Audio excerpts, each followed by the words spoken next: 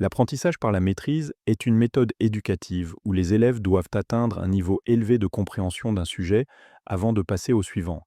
Cette approche garantit que les élèves maîtrisent bien les concepts de base, ce qui facilite leur apprentissage futur. Le concept a été développé par le psychologue de l'éducation Benjamin Bloom. Bloom pensait que, avec le bon soutien, la plupart des élèves pouvaient atteindre un haut niveau de réussite. Ces théories remettaient en cause l'idée traditionnelle selon laquelle les capacités des élèves sont fixes et que seuls quelques-uns peuvent exceller. Premièrement, des objectifs d'apprentissage clairs sont essentiels. Les enseignants doivent définir ce que les élèves doivent savoir et savoir faire à la fin de chaque unité. Ces objectifs orientent l'enseignement et l'évaluation, assurant que tout le monde connaît les buts à atteindre.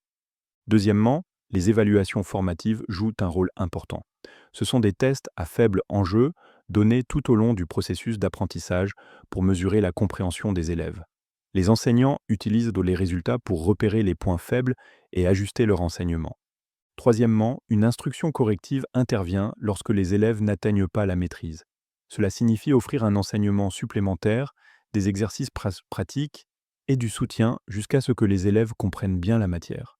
Ensuite, ils repassent les évaluations pour montrer leur progrès. Par exemple, imaginez un professeur de mathématiques au lycée qui applique cette méthode en classe d'algèbre. Il fixe un seuil. Les élèves doivent obtenir au moins 15 sur 20 à chaque test pour avancer. Si une élève obtient 12 sur 20 à son premier test, au lieu de la laisser passer au cours suivant, le professeur lui propose des séances de tutorat, des exercices supplémentaires et un accompagnement individuel pendant la pause déjeuner, par exemple.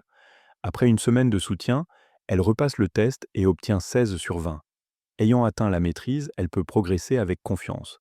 D'abord, l'apprentissage par la maîtrise favorise une compréhension approfondie. Les élèves ne se contentent pas de mémoriser des faits, mais comprennent vraiment la matière, ce qui aide à retenir et à appliquer les connaissances sur le long terme.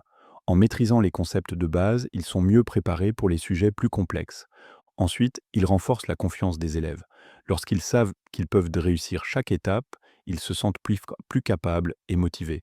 Ce renforcement positif encourage une mentalité de développement, où ils croient que leurs capacités peuvent s'améliorer avec de l'effort et de la persévérance.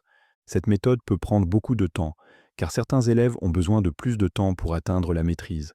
Cela peut ralentir le rythme général de la classe, ce qui pose problème dans un cadre scolaire traditionnel avec un programme strict. Cela demande aussi beaucoup d'efforts aux enseignants. Ils doivent créer plusieurs versions des évaluations, offrir un soutien individualisé constant et adapter leur enseignement en continu.